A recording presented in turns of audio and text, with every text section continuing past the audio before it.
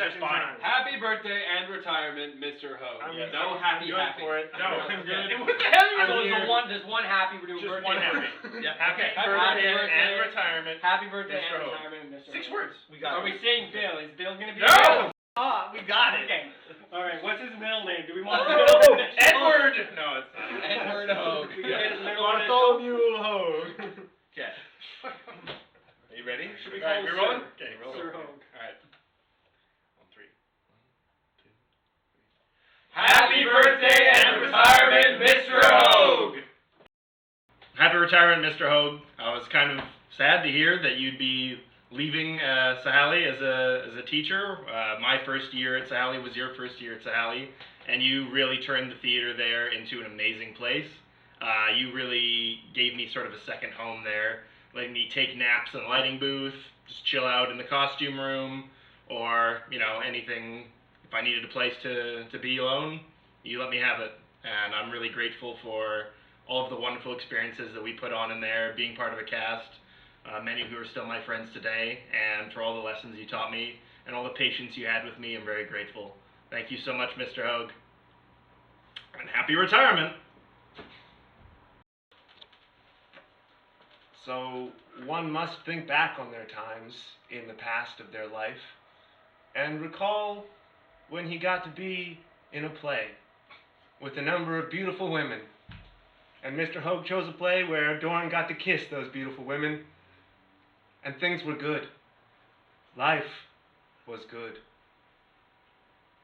I miss beautiful women. No, I'm just kidding. I think my favorite memory from class would have been the Romeo and Juliet monologue I did, which was pre-recorded in the studio that I lip-synced along to. Thank you for not failing me on that assignment. I really appreciate the gesture. I remember the first show that you cast me in. I had done tech work for Charlie Brown the year before, and I was only trusted with Woodstock the Puppet. But you cast me as Lubin in George Dandin, or the... it had another name. The Confounded Husband. Confounded Husband. It's amazing show. It was still one of my favorite plays to this day. It was my first ever foray into slapstick, and I had so much fun with that show.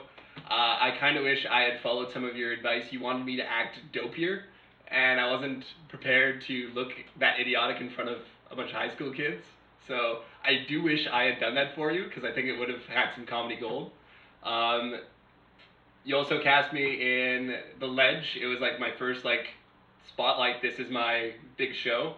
The two things I'll remember from that is so hot being under stage lights for that amount of time on your own. It's my first time ever doing that.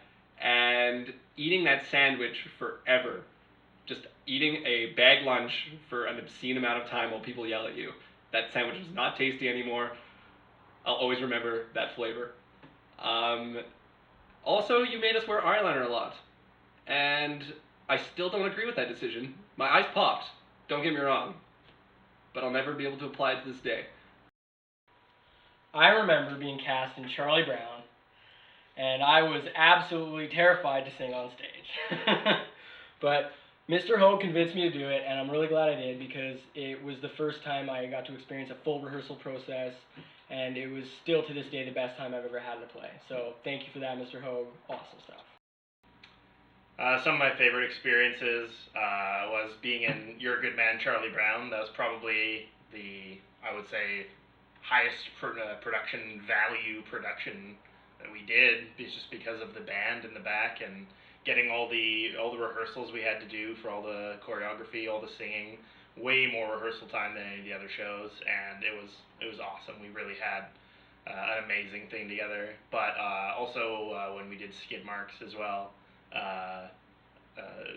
the characters we pulled off and all the hours we put in really led to a show that was just so much fun to do. And that's the feeling that I think of when if I ever get to be in a cast. That's the feeling I think of. Being in a cast with my friends on those shows that you directed, which were wonderful. I remember playing Papers on the Floor. That was my favorite warm-up game. It's still, to this day, one of the best improv games I've ever played. And I spent a year at VFS, so You're onto something there, Mr. Haug. One of my favorite warm-up games was Graveyard because, well, at least when I was your TA, everyone got the impression, oh, he's the TA, he should be so good at it. But no, I can't resist laughing if it's funny.